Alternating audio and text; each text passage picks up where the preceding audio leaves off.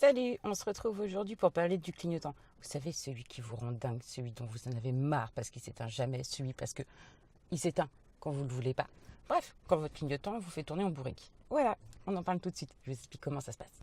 Alors, le clignotant, il fonctionne en appuyant dessus pour tourner à gauche. Je le coupe et je le remonte pour le mettre à droite. Et je le recoupe. Plusieurs fois, en leçon, il vous embête parce que vous le coupez.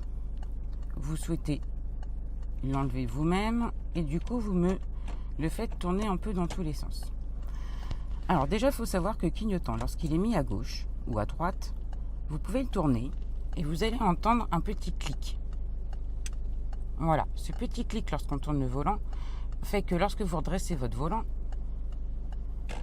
le clignotant s'enlève tout seul. Vous voyez, j'appuie sur le clignotant, je tourne mon volant, clic, il s'enlève. Ces bruits, un constructeur aurait pu les enlever. Seulement, le constructeur de la voiture les garde de façon à ce que ça se mémorise. On entend le bruit, on sait que ça va se couper, tout simplement. Alors, il est vrai que du coup, quelquefois, je mets mon clignotant, je tourne un peu mon volant, et là, pas de clic, parce que c'était pas nécessaire de tourner beaucoup, et donc je remonte mon volant, le clignotant ne s'éteint pas. Si bien qu'à ce moment-là, les élèves essayent d'enlever le clignotant. Ils poussent un petit peu plus haut que prévu, si bien que le clignotant s'enclenche. Et plus je vais y toucher, plus il va s'enclencher. J'appuie à fond, il s'enclenche complètement. Si maintenant j'appuie un tout petit peu, il y a un petit ressort qui la fait remonter, et le clignotant ne s'enclenche que pour 3 coups. Donc, je mets mon clignotant à gauche, je tourne à gauche, j'entends le clic. Mon volant va se redresser et mon clignotant va s'arrêter. Donc, tant que j'ai pas fini de tourner, ça sert à rien que j'essaye d'éteindre mon clignotant par moi-même.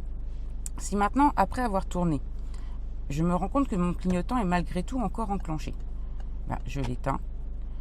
Si je l'éteins un petit peu trop fort, dans ces cas-là, j'attends 3 coups pour savoir si effectivement j'ai complètement enclenché à droite ou bien si je lui ai juste mis les 3 petits coups. Voilà, c'est pas plus compliqué que ça. Tant que j'y suis, je vais également vous parler du balai d'essuie-glace. Alors ça, c'est un petit truc qui arrive à tout le monde de temps en temps.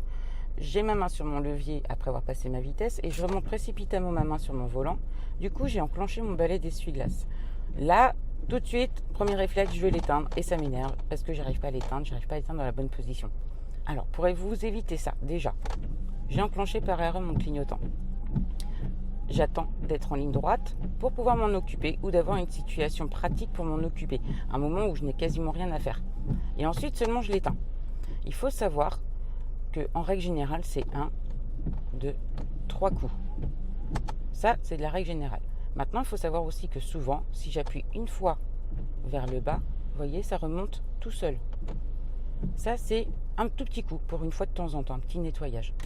Du coup, plus je vais m'exciter, plus je vais m'énerver, moi je vais trouver le bon endroit. Donc, je l'enfonce jusqu'en bas et je le laisse remonter tout seul pour qu'il s'éteigne seul. C'est tout ce que j'ai à faire. Ça vous évitera bien des coups de volant. À partir de maintenant, je considère que clignotant, le balai d'essuie-glace, c'est pas des jouets. Du coup, vous avez interdiction de faire joujou avec en leçon. Promis, vous arrêtez? À bientôt!